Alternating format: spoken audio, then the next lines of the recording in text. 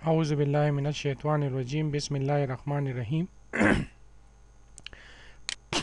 आज हमारा CCNA का EIGRP ये हमारा टॉपिक है और इससे पहले हम रिप पढ़ चुके हैं। अब हम ये IP राउटिंग का सेकंड नंबर पार्ट है। फर्स्ट पार्ट रिप था, सेकंड EIGRP है और थर्ड हमारे पास OSPF होगा। तो आइए स्टार्ट करते हैं। EIGRP ये भी बेसिकली हमारे पास प्रोटोकॉल है और ये हमारे पास इसकी जो फर्स्ट पॉइंट है ये है इसकी एब्रीवेशन जो है वो है enhance interior gateway routing protocol. जो मेरे पास सेकंड पॉइंट है वो है मेरे पास ओपन स्टैंडर्ड प्रोटोकॉल। मतलब ये है कि ये ओपन स्टैंडर्ड प्रोटोकॉल है।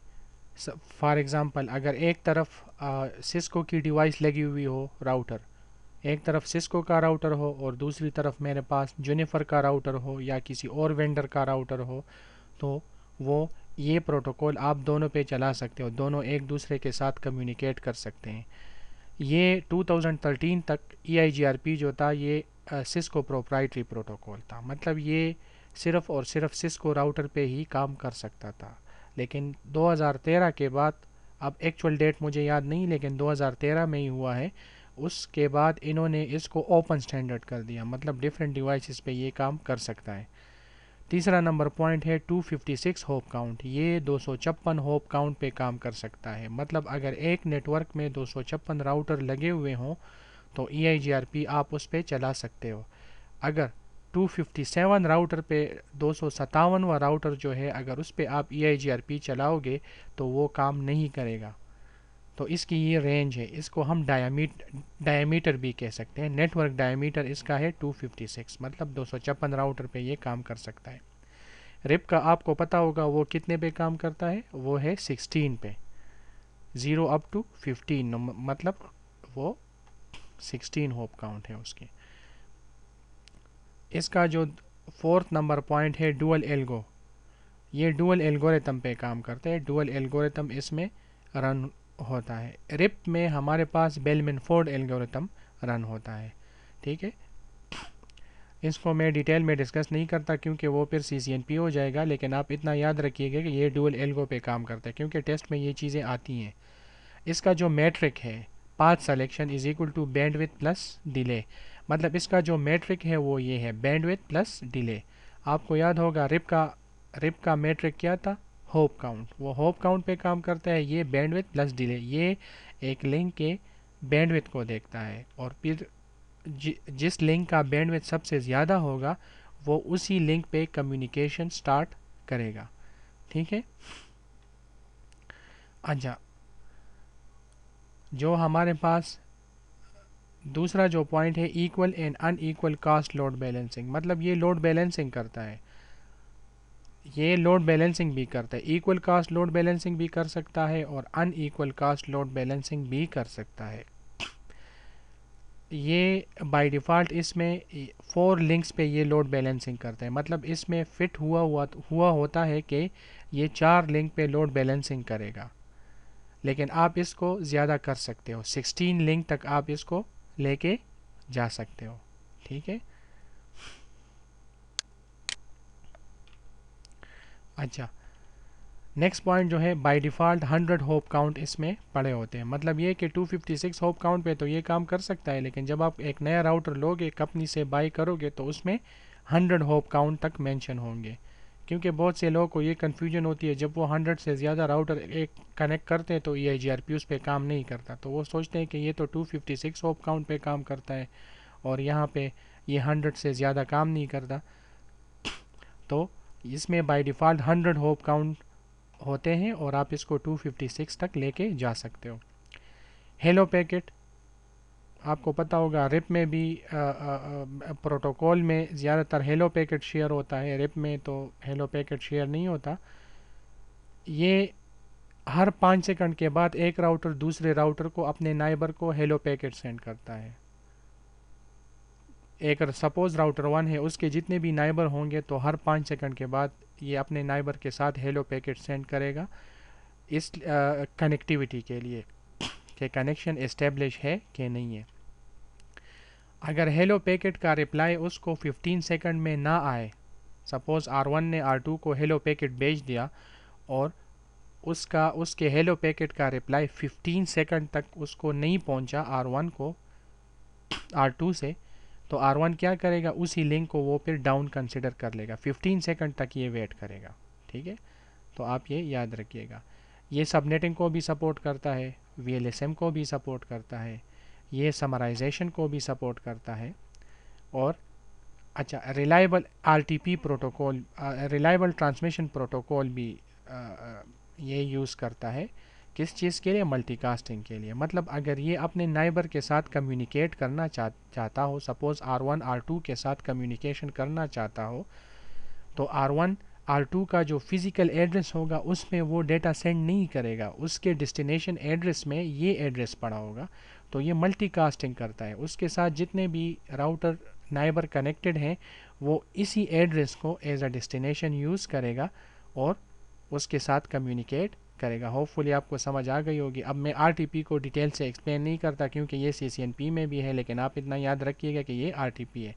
अच्छा, एक दो पॉइंट मैं यहाँ पे भूल चुका हूँ, मैं इसको लिख लेता हूँ, फिर आपको दोबारा एक्सप्लेन करता हूँ। तो थोड़ा सा मैं वीडियो यहाँ पे पास करता हूँ। अच्छा, ये पॉइंट मैं भूल गया था। EIGRP में टोपोलॉजी टेबल बनता है। ठीक है, टोपोलॉजी टेबल क्या होता है? एक तो हमारे पास आपको पता होगा राउटिंग टेबल होता है, और एक राउटिंग टेबल का तो आपको पता है, इधर मैं उसको एक्सप्लेन नहीं करूँगा।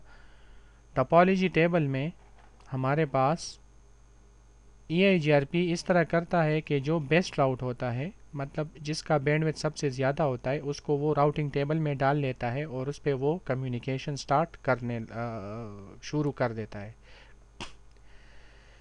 अगर एक डेस्टिनेशन को दो या दो से ज़्यादा रास्ते हों तो वो क्या करेगा, वो जो बेस्ट राउट होगा उसको वो राउटिंग टेबल में डाल लेगा, और जो सेकंड बेस्ट राउट होगा, थर्ड बेस्ट राउट होगा या फोर्थ बेस्ट राउट होगा, इसकी लिमिट कोई नहीं है, जितने भी राउट्स हैं जो बैकअप राउट्स हैं, वो क्या करता है, वो एक टेबल में डाल लेता है, अपने पास स्टोर कर लेता है, और उसी टेबल को हम क्या कहते हैं? Topology table.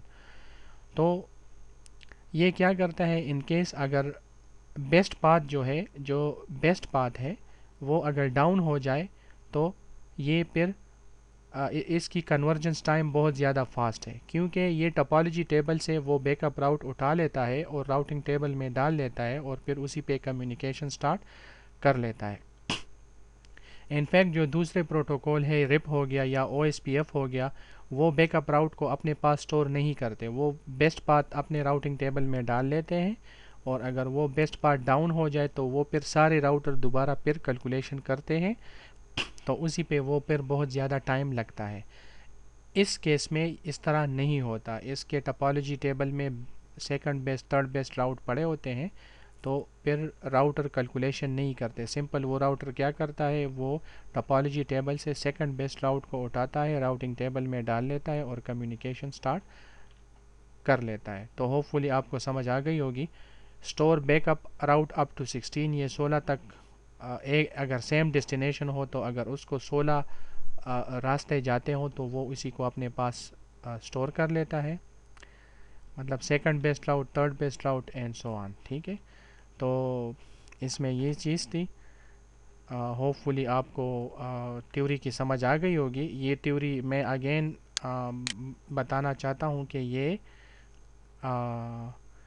खैर ये तो CCNA लेवल की थ्योरी थी, CCNP में इससे बहुत से डिटेल हैं बहरहाल, लेकिन मैंने कोशिश की कि आपको डिटेल पॉइंट्स बता सकूं ताकि आपको समझ आए। अच्छा, अब हम यहाँ पे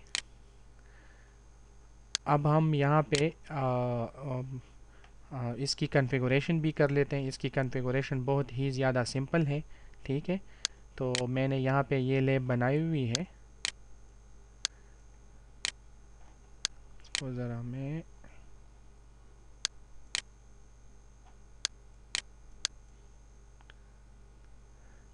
अच्छा, तो ये मेरे पास लैब थी, इससे पहले मैं रिप में भी यही लैब करा चुका हूँ। ठीक है, तो यही लैब है, यही टोपोलॉजी है, आपको नज़र आ रहा है।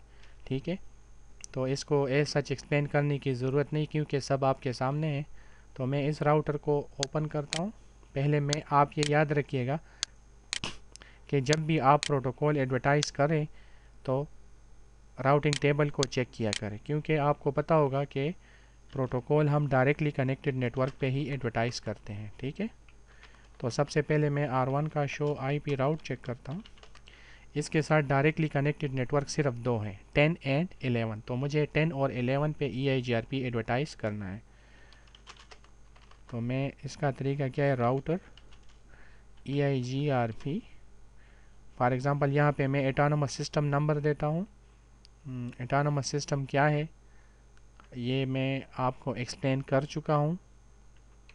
ये नंबर आप 1 से लेके 6553 मतलब 1 से लेके 65,535 तक दे सकते हो। एटोनमस सिस्टम क्या है ये आपको पता होगा।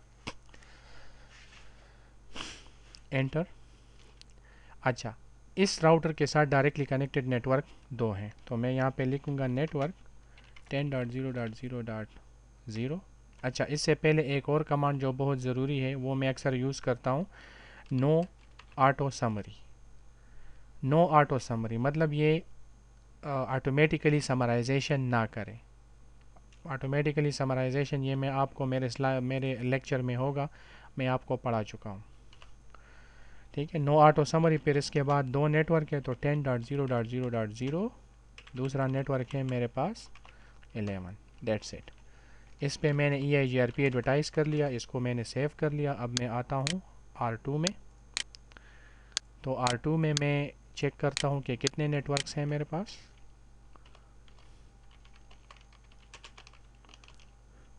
डू शो IP राउट, इसमें दो है 11 12, तो मुझे इसी पे रन करना होगा।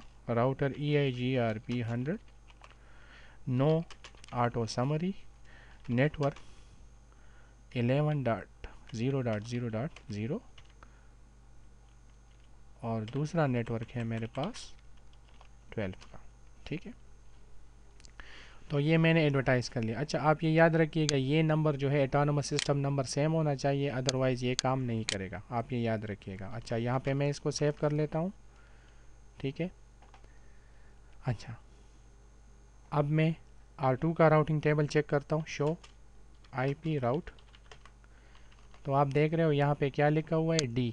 D का मतलब क्या है, यहाँ पे आप देख सकते हो D का मतलब है EIGRP।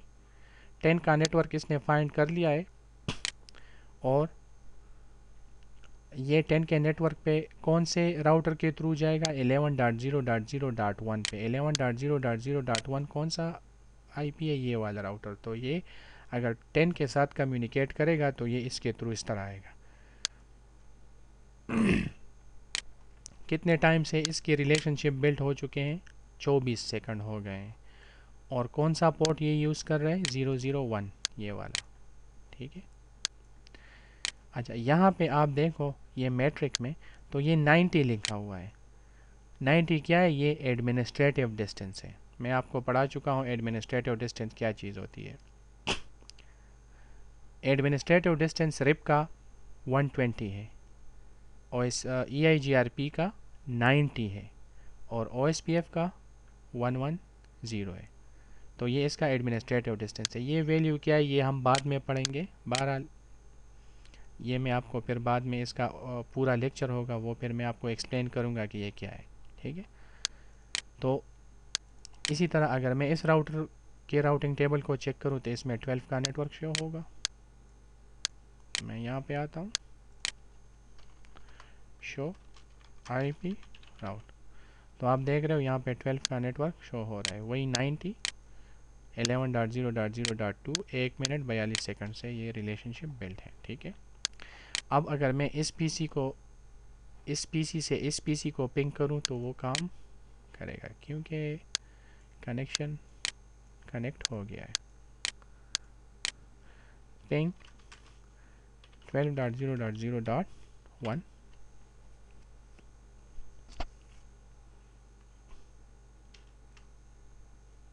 ठीक है, तो ये कम्युनिकेट कर सकते हैं, ये PC इन PC के साथ या ये PC इन PC के साथ कम्युनिकेट कर सकते हैं। ठीक है, तो ये मेरे पास EIGRP का कॉन्फ़िगरेशन था। कॉन्फ़िगरेशन बहुत ही सिंपल है, ठीक है। तो अभी हम इसके थोड़े से कुछ कमांड्स मैं आपको दिखाता हूँ जो बहुत ज़्यादा ज़रूरी है रियल इन्वायरमेंट में ट्रबल शूटिंग के लिए। सारे तो नहीं दिखाऊंगा लेकिन जो आपके लेवल के हों। अब यहाँ पे मेरे पास एक और कमांड है, शो IP EIGRP नाइबर्स, ठीक है। एक मेरे पास ये कमांड है। तो ये देख रहे हो, ये आपको नाइबर दिखा रहा है। इसका नाइबर, इसकी नाइबर की IP क्या है? 11.0.0.2, ठीक है। मैं R1 में हूँ तो R1 की IP, R1 R2 की IP ये इसका नाइबर है। ये ज़ीरो नंबर जो लिखा हुआ है ये इसका सीक्वेंस है। ये ज़ीरो से स्टार्ट करते हैं, 0 1 2 3, जितने नाइबर होंगे ज़ीरो से स्टार्ट होगा और फिर 1 2 3, ठीक है। ये इसके साथ कौन से इंटरफेस पे कनेक्टेड है? सीरियल 0/0/0 पे, ठीक है। आप ये देख रहे हो होल्ड टाइम अब यहाँ पे 12 है, ठीक है। ये मैं आपको थोड़ी देर में समझाता हूँ। इतने टाइम से ये अपने नाइबर के साथ कनेक्टेड है। बाकी जो ये 3 वैल्यू हैं इसको समझने की ज़रूरत नहीं, ये CCNP में हम इस्तेमाल करते हैं। तो आप सिर्फ ये 1 2 3 चीज़ें देख लें, ठीक है। अब होल्ड टाइम ये देख लें, ये 10 से कम नहीं होगा, क्योंकि जब ये 10 हो जाएगा, देखो ये hello packet R1 hello packet R2 को सेंड करेगा, तो वो भी हर 5 सेकंड के बाद R1 को हेलो पैकेट सेंड करेगा। तो ये 10 से कम नहीं होगा, क्योंकि जब ये 10 तक आ जाएगा तो उसको हेलो पैकेट रिसीव हो जाएगा, तो ये टाइमर सेट हो जाएगा। अब मैं आपको बताता हूँ, देखें ये अब 12 है, ये 10 है, ये 10 से कम नहीं होगा। दोबारा ये 15 तक ये फिर अपने नाइबर का वेट कर रहा है, ठीक है। तो अगर ये 10 से कम हो जाए तो इसका मतलब ये है कि R1 का जो नाइबर है उसका हेलो पैकेट उसको नहीं पहुंचा और ये 15 सेकंड तक वेट कर रहा है। जब इसका मतलब ये है कि इसके नाइबर में कुछ प्रॉब्लम है। अब मैं यहाँ पे आपको वो नहीं दिखा सकता क्योंकि ये रियल एनवायरनमेंट नहीं है, ठीक है। दूसरा मेरे पास जो कमांड है वो यूज़ होता है, वो है शो IP प्रोटोकॉल्स। आप इस कमांड के ज़रिए आपको पता चलता है कि इस राउटर पे कौन सा प्रोटोकॉल चल रहा है। आप इसको थोड़ा सा ओपन करें तो देखो ये क्या लिखा हुआ है, राउटिंग प्रोटोकॉल EIGRP चल रहा है और इसका ऑटोनोमस सिस्टम क्या है? 100, ठीक है।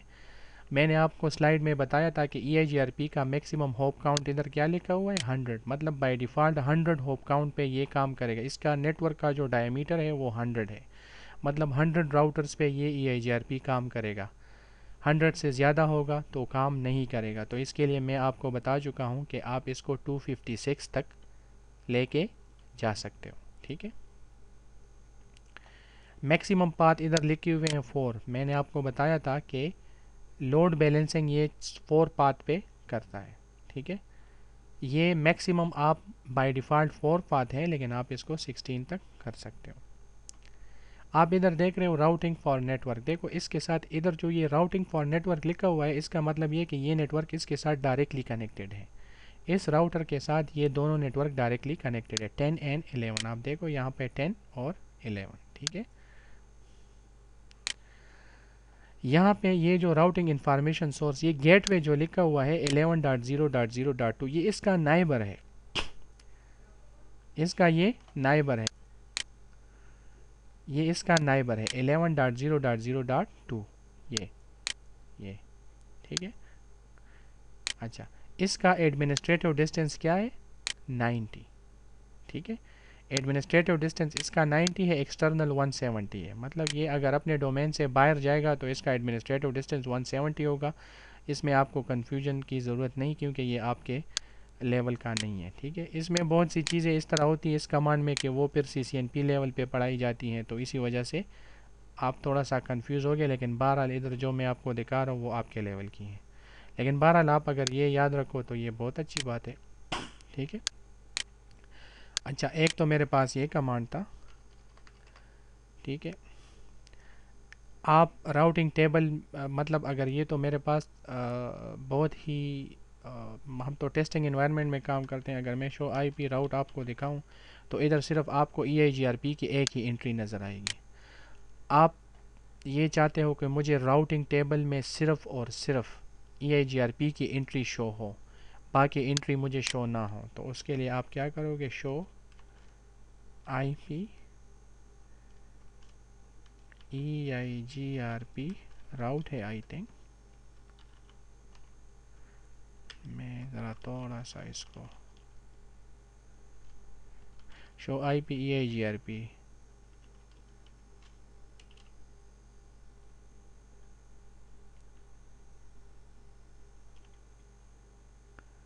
अच्छा एक मिनट, थोड़ा सा मैं वीडियो पास करता हूँ, वो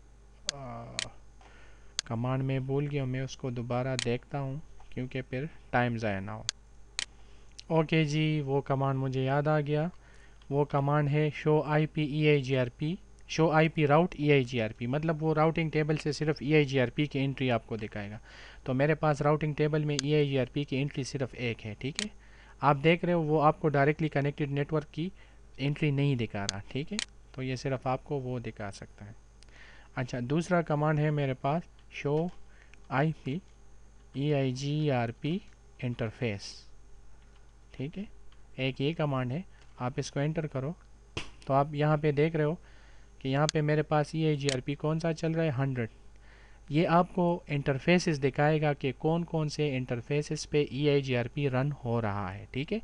तो आप अगर यहाँ पे देखो तो यहाँ पे मेरे पास दो इंटरफेस है, इस इंटरफेस पे EIGRP रन हो रहा है और इस पे, तो इसका इंटरफेस नंबर ये है, इसका इंटरफेस नंबर ये, तो ये दो इंटरफेस आपको दिखा रहा है, ठीक है। तो आप देख रहे हो फास्ट इथरनेट 0/1 पे EIGRP चल रहा है, इसको इसने 0 नंबर दिया हुआ है, और S0/0/0 इसको इसने 1 नंबर दिया हुआ है, ठीक है। बाकी आपको उसकी ज़रूरत इतनी नहीं है, ठीक है। एक ये हो गया। एक दूसरा कमांड है शो IP EIGRP ट्रैफिक, देखते हैं ये इस पे काम करता है कि नहीं। शो IP EIGRP ट्रैफिक, बहरहाल ये तो मेरे ख्याल में CCNA लेवल का कमांड नहीं है, मैंने यहाँ पे लिख दिया। इसका प्रोसेस ID 100 चल रहा है, हेलो एंड रिसीव इसने 270 127, यही चीज़ें हैं। Update send and receive 2 3, query send query, और ये रिप्लाई एक्नॉलेजमेंट, ये आपकी चीज़ें नहीं हैं, आपकी सिर्फ यही हेलो और अपडेट तक है, ठीक है। अच्छा, इसमें सबसे अहम कमांड जो मैं भूल गया हूँ, आप अगर यहाँ पे मैंने आपको नाइबर टेबल बता दिया, शो IP EIGRP नाइबर, अब राउटिंग टेबल मैंने आपको बता दिया, लेकिन मैं टोपोलॉजी टेबल मैंने आपको नहीं बताया। तो यहाँ पे मैं लिख लेता हूँ शो IP EIGRP टोपोलॉजी। तो ये देख रहे हो, ये आपको बता रहा है कि यहाँ पे ऑटोनोमस सिस्टम 100 चल रहा है। इस राउटर की राउटर ID ये है। राउटर ID आपको पता होगा कि अगर एक राउटर है तो उसकी फ़िज़िकल इंटरफेस की सबसे हाईएस्ट IP जो होगी वो उसकी राउटर ID होगी, ठीक है।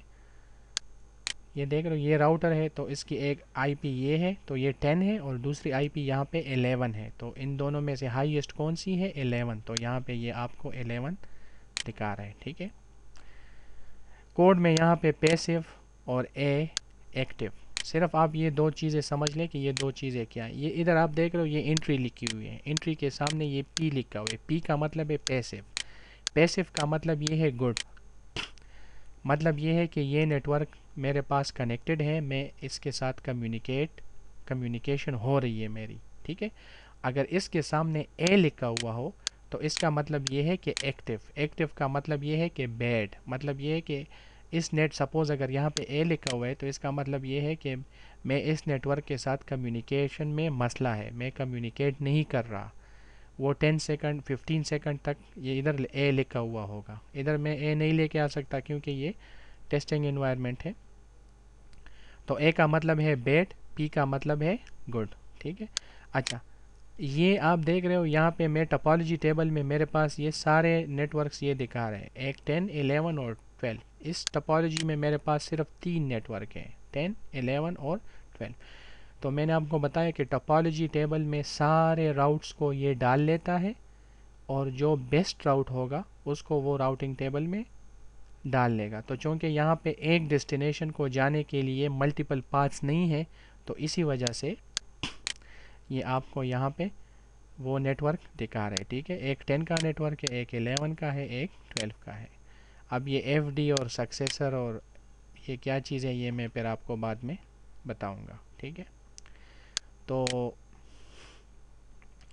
होपफुली आपको समझ आ गई होगी और आपके लेवल का यही ही कमांड है थी। तो जो भी क्वेश्चन हो आप मुझसे ईमेल के ज़रिए पूछ सकते हैं। और नॉर्मली मेरा ईमेल तो आपको पता होगा। और दुआओं में याद रखिएगा अपने और अपने हमसायों का ख्याल रखिएगा और सब्सक्राइब करना ना भूलिएगा। अल्लाह हाफ़िज़।